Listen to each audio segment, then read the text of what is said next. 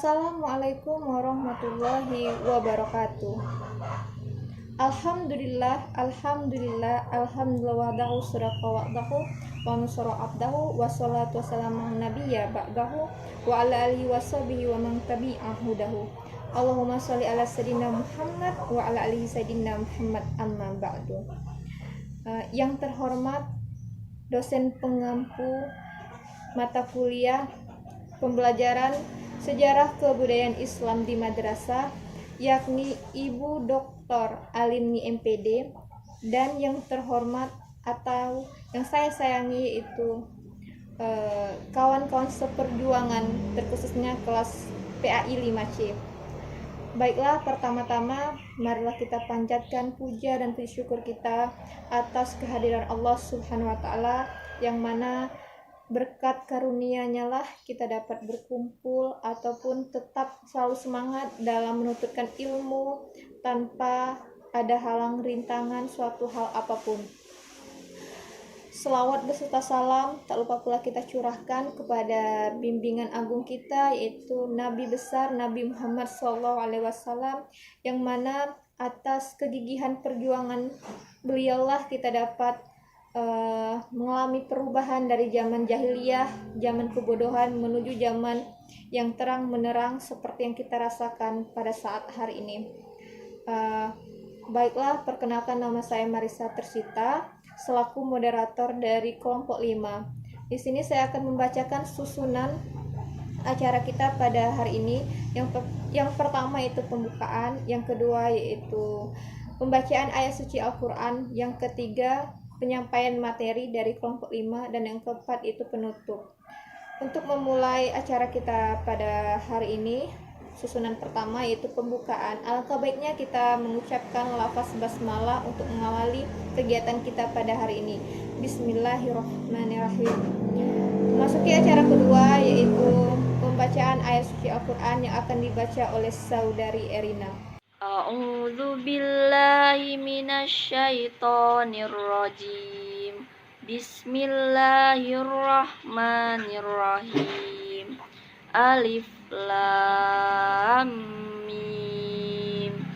Dzalikal kitabu la raiba fi hudal lil muttaqin.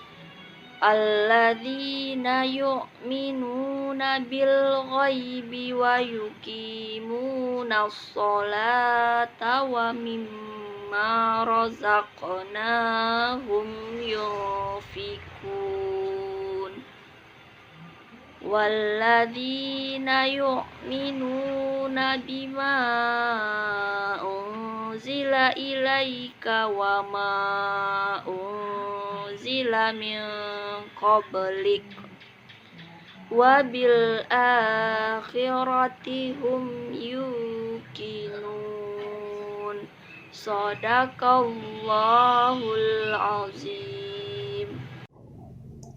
Itulah tadi pembacaan ayat suci Al-Quran dari saudari Erina.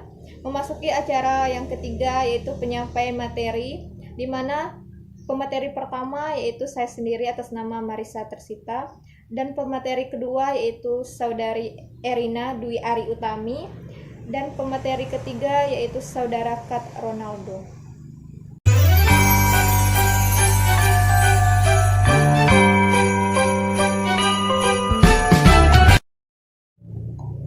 Assalamualaikum warahmatullahi wabarakatuh. Perkenalkan, nama saya Marisa Tersita dari kelompok 5, akan menjelaskan tentang materi strategi pembelajaran sejarah kebudayaan Islam berdasarkan karakteristik anak.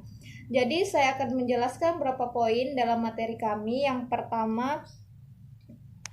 pertama itu poin A, di mana sejarah kebudayaan Islam dan pengertian karakteristik dalam pembelajaran sejarah kebudayaan Islam, di mana sejarah kebudayaan Islam termasuk dalam mata pelajaran yang mana merupakan salah satu bagian dari 4 mata pelajaran yang terhimpun dalam pendidikan agama Islam, yang terdiri dari Al-Quran, hadis, akidah, akhlak, serta sejarah kebudayaan Islam, sebagaimana sesuai dengan lampiran Peraturan Menteri Agama Nomor 912 Tahun 2013 menyatakan menyatakan bahwa sejarah kebudayaan Islam merupakan catatan perkembangan perjalanan hidup manusia muslim dari suatu masa ke masa dalam hal beribadah, bermuamalah, berakhlak, serta dalam mengembangkan suatu sistem kehidupan ataupun menyebarkan agama Islam yang berlandaskan akidah. Sebagaimana telah dijelaskan bahwa pembelajaran sejarah kebudayaan Islam merupakan bagian dari pendidikan agama Islam.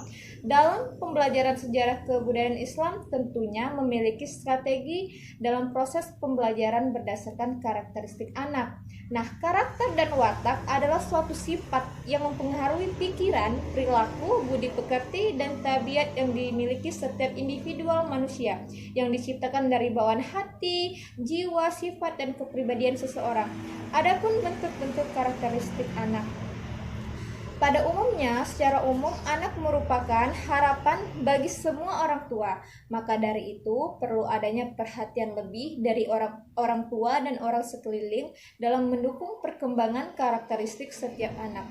Karena anak merupakan peran aktif dalam mentata pengetahuan ilmu yang terdapat dalam kehidupannya, mereka akan tumbuh dengan baik dan menyenangkan apabila orang tua dan orang di sekelilingnya mencontohkan suatu bentuk karakter yang baik, sehingga dapat diterapkan dan ditiru oleh anak-anak tersebut.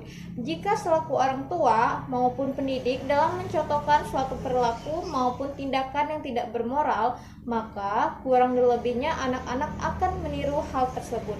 Setiap individual akan mengalami tahap dalam pembentukan setiap kemajuan perubahan karakteristik dalam kehidupannya berdasarkan pengalaman yang mereka rasakan.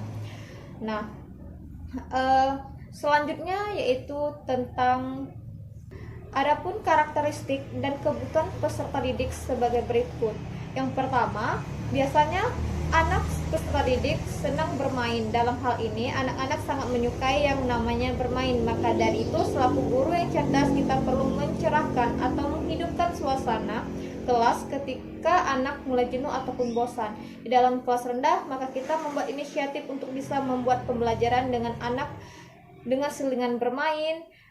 Dengan sedemikian rupa, kita bisa merancangkan pembelajaran dengan baik dengan cara kita membahas suatu materi dan kita membuat sebuah permainan dalam menjawabkan pertanyaan untuk peserta didik. Lalu anak-anak pun senang bergerak. Pada masa anak-anak tentunya seperti SD ataupun MI, anak-anak sedang aktif-aktifnya bergerak dan mereka tidak suka jika ketika kita menyuruh mereka diam. Nah, dari sini kita harus membentukkan suatu kelas. Buatlah anak-anak dalam bentuk kelompok ataupun membuat kuis untuk anak-anak dalam menjawab lalu memberikan hadiah. Maka dengan adanya interaksi yang menghidupkan semangat belajarnya, maka siswa tersebut akan menyukai gaya atau sistem pembelajaran yang kita ajarkan, terutama pembelajaran SKI. Nah, anak-anak pun senang berkelompok dalam mengerjakan sesuatu. Anak-anak sangat gemar ataupun menyukai berinteraksi sesama temannya. Maka dari itu, buatlah atau bentuklah suatu kelompok agar mereka bisa bergaul dengan yang lainnya dan bisa saling bercerita dan bertukar pikiran dalam berpendapat. Sehingga jika anak atau peserta didik berinteraksi sesamanya, maka biasanya mereka lebih aktif dan berani dalam mengeluarkan pendapat. Selaku guru dalam pembelajaran SKI, kita harus memberikan suatu bentuk nasihat ataupun arahan dalam berkelompok dan kita kaitkan dengan sejarah para Rasulullah dan bersahabat, sehingga mereka juga akan bermotivasi tentang persahabatan para Rasul dan para sahabatnya, saling menghargai dan bekerja keras bersama dalam menyelesaikan suatu pekerjaan dengan adil dan selalu bersemangat dalam melakukan pekerjaan tersebut. Adapun strategi dalam pembelajaran pada umumnya dapat diartikan sesuai bentuk rancangan dalam melakukan pengajaran, siasat seorang guru dalam mengimplementasikan pendidikan, serta salah satu bentuk interaksi guru dengan siswa untuk mewujudkan suatu bentuk tujuan yang ingin dicapaikan. Itulah yang dapat saya sampaikan, kurang dan lebihnya saya mohon maaf. Akan dilanjutkan oleh rekan saya, itu saudari Erina. Terima kasih. Wassalamualaikum warahmatullahi wabarakatuh. Assalamualaikum warahmatullahi wabarakatuh. Perkenalkan, nama saya Erina Dwi Ari Utami, NIM 1811210092, semester 5 lokal C. Ingin melanjutkan materi dari kelompok saya, yaitu bagian D, gaya belajar anak dan strategi pembelajarannya. Yang pertama, pengertian. Gaya belajar dapat didefinisikan sebagai cara seseorang dalam menerima hasil belajar dengan tingkat penerimaan yang optimal dibandingkan dengan cara yang lain.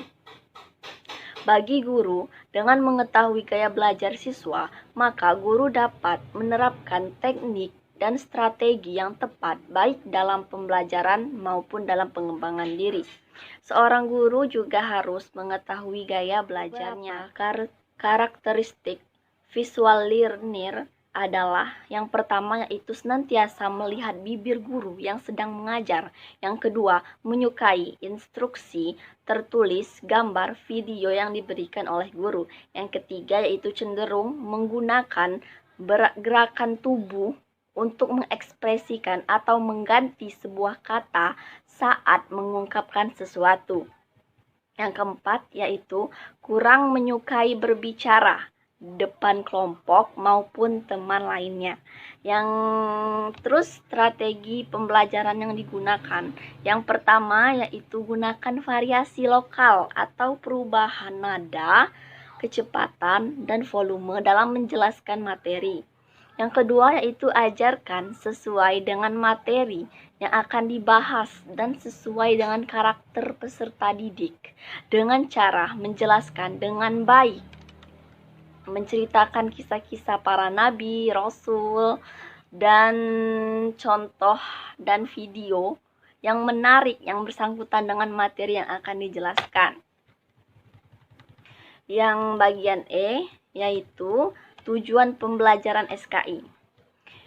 Sebagaimana yang telah kita ketahui bahwa mata pelajaran sejarah kebudayaan Islam yaitu menceritakan tentang sejarah-sejarah keislaman, melatih generasi terkhususnya anak-anak untuk membangun kesadaran sedari dini tentang keislaman, di mana Islam merupakan agama kita sebagai umat muslim. Sehingga kita dapat menumbuhkan nilai-nilai serta norma Islam yang telah dibangun oleh Rasulullah SAW untuk membangun keingintahuan peserta didik tentang pentingnya sebuah sejarah dari masa lampau hingga terciptanya suasana yang seperti saat ini. Tujuan pembelajaran sejarah kebudayaan Islam yaitu mengambil pelajaran dari sejarah umat-umat terdahulu, baik umat yang patuh kepada Allah dan Rasul-Nya maupun yang membangkang Rasul dan Allah. Kemudian dijadikan pegangan dan teladan untuk kehidupan sekarang dan masa yang akan datang dalam rangka mencapai kebahagiaan hidup dan di dunia dan di akhirat kelak. Adapun tujuan-tujuan dari pembelajaran SKI yaitu berdasarkan referensi yang sudah kita himpun, yaitu disimpulkan sebagai berikut. Yang pertama, mengetahui lintas peristiwa, waktu, dan kejadian yang berhubungan dengan sejarah kebudayaan Islam. Yang kedua yaitu untuk mengetahui tempat-tempat bersejarah dari para tokoh yang berjasa dalam perkembangan Islam. Yang ketiga yaitu untuk memahami bentuk peninggalan bersejarah dalam sejarah kebudayaan Islam dari periode ke periode lainnya. Selanjutnya, adapun manfaat dari mempelajari sejarah kebudayaan Islam, yakni yang pertama, mengambil hikmah setiap kejadian di masa lampau untuk menambah ketakwaan kepada Allah Subhanahu wa taala. Yang kedua, untuk mengambil pelajaran dari sejarah sebagai bahan pertimbangan ketika hendak membuat keputusan tentang satu hal. Yang ketiga, yaitu mencari upaya antisipasi agar kekeliruan pada masa lalu tidak terjadi lagi pada masa yang akan datang. Yang keempat, yaitu dapat memahami dan meneladani kisah-kisah yang baik pada zaman dahulu. Yang kelima, menumbuhkan rasa cinta kepada sejarah Islam yang merupakan buah karya kaum muslimin di masa lalu. Yang terakhir, yaitu memahami berbagai hasil pemikiran dan hasil karya para ulama untuk diteladani dalam kehidupan sehari-hari. Mungkin itu saja yang saya jelaskan. Lebih dan kurang saya mohon maaf. Assalamualaikum warahmatullahi wabarakatuh. Baiklah, assalamualaikum warahmatullahi wabarakatuh. Di sini saya akan melanjutkan materi dari rekan saya, saudari Erina, yaitu metode pembelajaran SKI di madrasah. Yang pertama itu adalah metode ceramah, di mana seorang guru menyampaikan lisan kepada siswa melalui metode ceramah ini agar siswa bisa memahami apa yang disampaikan oleh seorang guru tersebut. Itu yang pertama. Selanjutnya itu ada metode tanya jawab, di mana dalam metode ini akan menghasilkan semua pertanyaan-pertanyaan, baik pertanyaan tentang sejarah kebudayaan Islam ataupun yang lainnya, nanti tergantung guru yang mengajar. Selanjutnya metode diskusi.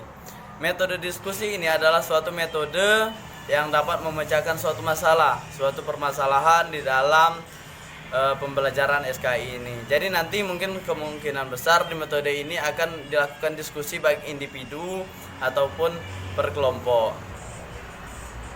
Nah, selanjutnya setelah metode ceramah tadi, tanya jawab, diskusi, selanjutnya ada metode demonstrasi, di mana di metode ini yaitu siswa itu ditunjukkan langsung proses pembelajarannya atau benda yang dipelajari, atau diaplikasikan langsung, dicontohkan langsung seperti apa sih metode yang kita bahas ini. Misal kita anggap kita membahas tentang sejarah ini, dan pasti ada peninggalan-peninggalan yang telah ditinggalkan. Selanjutnya itu ada metode garis waktu. Nah, di garis waktu ini diterapkan dalam pembelajaran SKI. Di dalamnya terdapat rentetan atau cerita terjadinya suatu sejarah. Nah, jadi di metode ini rentetannya itu ibarat menceritakan secara detail bagaimana sih sejarah dulu, sejarah kebudayaan Islam yang dulu. Nah, selanjutnya yaitu yang keenam, itu ada metode peta konsep, di mana metode ini seringkali digunakan oleh seorang pendidik untuk menyampaikan materinya melalui peta konsep ini. Dan sudah hampir 90% metode ini selalu digunakan di dalam pembelajaran. Nah, selanjutnya itu ada metode bermain peran. Jadi maksud metode bermain peran ini, kita sebagai siswa atau nanti sebagai guru itu bermain peran. Apakah kita sebagai siapa nanti di dalam alur cerita itu, ataupun bagaimana nanti lebih jelasnya lagi di saat kita melakukan pembelajaran itu tersebut. Nah, selanjutnya yang terakhir itu adalah metode aktif berbagai pengetahuan. Di metode ini seorang siswa bisa lebih efektif karena mereka sudah membaca, sudah mengetahui apa saja yang ada di dalam materi tersebut. Nah, jadi pada saat metode yang lain berlangsung, misal metode diskusi, jadi mereka sudah paham apa sih yang ada di dalam pembelajaran pada hari ini. Nah, selanjutnya implikasi karakteristik anak usia madrasah ibtidaiyah terhadap pembelajaran SKI. Itu yang pertama ada orientasi. Maksudnya orientasi ini adalah pengenalan terhadap pembelajaran SKI tersebut. Jadi siswa itu jangan langsung ditutup, langsung kasih tugas atau lain sebagainya, tapi kita perkenalkan dulu apa sih pembelajaran SKI itu tersebut. Selanjutnya dalam membimbing peserta didik. Jadi kita sudah kita orientasi, kasih penjelasan mengenai pembelajaran SKI. Nah, lalu selanjutnya kita kasih bimbingan mengenai pembelajaran SKI ini. Bimbingan seperti apa? Nanti kita bimbing biar mereka paham, biar mereka mengerti apa sih pembelajaran SKI tersebut. Nah, selanjutnya sikap toleran. Jadi sikap toleran ini sangat penting dalam karakteristik ini. Itu yang ketiga, sikap toleran. Nah, selanjutnya yaitu seorang siswa tidak akan menyelesaikan masalahnya apabila siswa tersebut tidak memiliki pengetahuan yang ada. Jadi setiap masalah atau setiap diskusi atau metode tanya jawab tidak akan selesai kalau siswanya sendiri tidak paham apa yang ada dalam titik permasalahan tersebut. Jadi tugas kita seorang guru adalah membimbing mereka supaya mereka paham juga mengenai permasalahan yang ada. Selanjutnya yaitu yang E, itu seorang siswa harus ketika memutuskan suatu keputusan, siswa harus dapat bekerja sama dengan yang lainnya. Jadi maksudnya di sini anggap aja suatu kelas itu suatu forum. Jadi nanti ibarat ada keputusan atau ada segalanya itu tergantung forum. Jadi kita sepakati dulu forum. Kalau forum sudah sepakat, jadi bisa seorang siswa atau ketua kelasnya atau siapa nanti mengambil keputusan yang ada. Selanjutnya itu struktur. Jadi seorang guru harus mengakui bahwasanya siswa itu membentuk atau menstruktur pembelajaran melalui dirinya sendiri, bukan dari orang lain. Nah, mungkin itu saja materi yang dapat saya sampaikan. Kembali ke moderator. Saya akhiri. Wallahul muwaffiq ila aqwamit thoriq. Wassalamualaikum warahmatullahi wabarakatuh. Itu tadi pemaparan dari materi kelompok 5. Apabila terdapat banyak kesalahan dalam penyampaian atau tingkah laku kami yang kurang sopan, kami memohon maaf kepada Allah, kami mohon ampun. Untuk memasuki acara selanjutnya itu penutup. Alangkah baiknya kita menutup acara kita pada hari ini dengan melafazkan lafaz hamdalah. Alhamdulillahirabbil alamin. Saya selaku moderator sekaligus pemateri pada hari ini, semoga apa yang kami sampaikan bisa bermanfaat, dan saya mohon maaf apabila dalam memandu acara kita pada hari ini banyak kesalahan. Maka dari itu saya mohon maaf, dan pada Allah pun saya mohon ampun. Akhir kata, wassalamualaikum warahmatullahi wabarakatuh.